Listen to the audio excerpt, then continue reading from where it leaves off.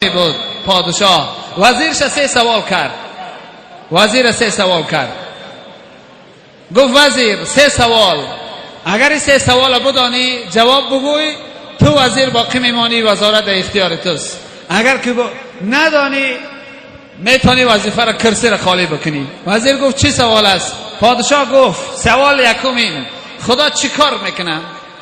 خدا چی میخره؟ خدا چی میپوشه؟ سوالا هم سوالای تعجب آور است. خدا چی میخره؟ خدا چی میپوشه؟ خوش گوش کنین برادر عزیز، قصه بسیار تکان دهنده است، قصه بیدار کننده است، انسان بیدار میکنه. خدا چی میخره؟ کی میدونه خدا چی میخره؟ کسی نمیدونه. خدا چی میپوشه؟ خدا چی کار میکنه؟ وزیر حیران شد و عجب سوالی است. همه علما را فریاد کرد. پادشاه گفت وزیر یک ماه وقت داری، در یک ماه جواب اگر نگرداندی کرسی را خالی میکنی، جاد کسی دیگر میشینه. علمای بسیار را جمع کرد. گفت داملاها بزرگا، سوال چنین است، خدا چی میخره، چی میپوشه، چی کار میکنه؟ باید این سه سوال شما جواب بگین. علما میگن وزیر چنین سوالی در یک جای نآمده است که خدا چی میخره، کدام نماد طعام میخره، کدام نماد آب مینوشه. نآمده است، خدا نیاز به اینا نداره. و پوشاک خدا را هم در هیچ جا نآمده است که چی متریال، چی پوشاک، چی نمود. و کار خدا را ما نمیدانیم که خدا چی کار میکنه. خدا همه کار را میتونه کرده، اما که تو میگی الحال چی کار میکنه، ما نمیدانیم چی کار میکنه. یک ماه جست، روزها بسیار کم ماند، یک روز و دو روز ماند. پادشاه هر وقت میدید وزیر روزها بسیار نزدیک شده است، اگر جواب نیافتی وزارت خالی میکنی. وزیر بسیار غمگین. وظیفه دست دادن کار آسان نیست برادر عزیز.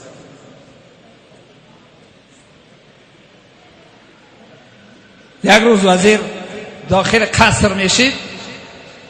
خوب گوش کنین برادر عزیز، شاید یادتان بمانه، شاید ایماناتان در تکان بشوند.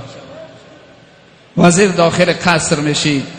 یک غلام سیاه پوسته در سر رش ایستاد، نگاه کرد که وزیر بسیار ضیق است.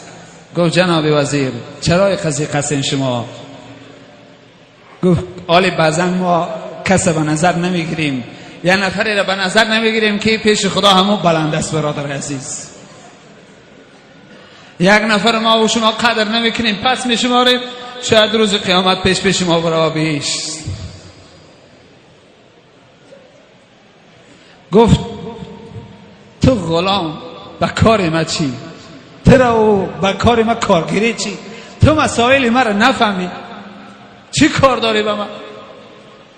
غلام گفت که جناب وزیر بگو، شاید که خدا از کارساز اما سبب هست، شاید که به واسطه من.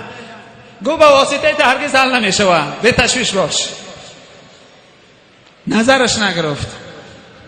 زمانهای حضرت موسی بود. حضرت موسی علیه السلام علما در برابر که یک کس به نظر نمیگیره، حضرت موسی الله مهربان گفت موسی کسی را بیاو که از تو پس باشد.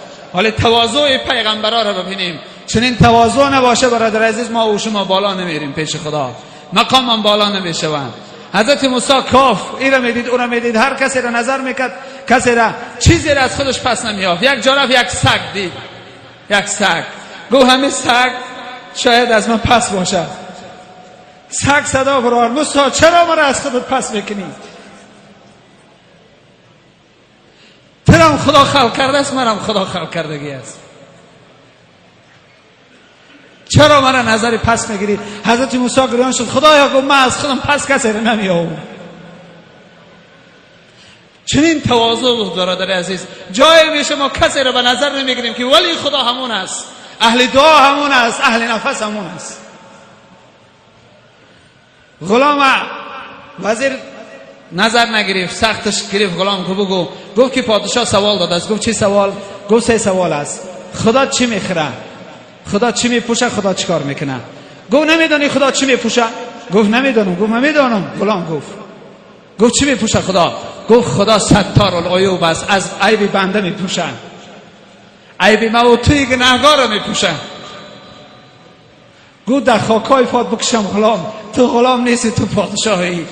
عجب مشکلی مرا آسان کردی. دوم سوالش میدانی؟ گفت دوم سوال بگو، خدا چی میخره؟ گفت میدانم چی میخره. گفت چی میخره خدا؟ خدا غم بنده میخره. خدا غم بنده بخره. بنده من چرا از من دور هستی؟ خدا غمی میخره که چرا بنده من از درگاه من دور است؟ چرا بنده من گناهگار است، گناه میکنه؟ بنده من تو را دوست میدارم. حدیث قدسی است: انی لک محب فبحق کل محبا. بنده من تو را دوست میدارم. خدا میگه همه ما شنورن: یا ابن آدم انی لک محب، من تو را دوست میدارم.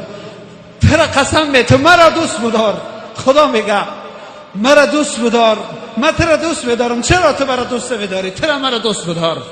خدا غمی بنده میخوره که بنده چیبه از راه خدا دور شده است.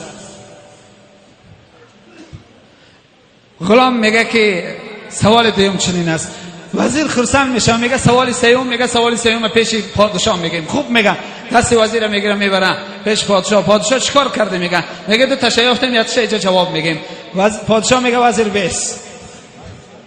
کیاف؟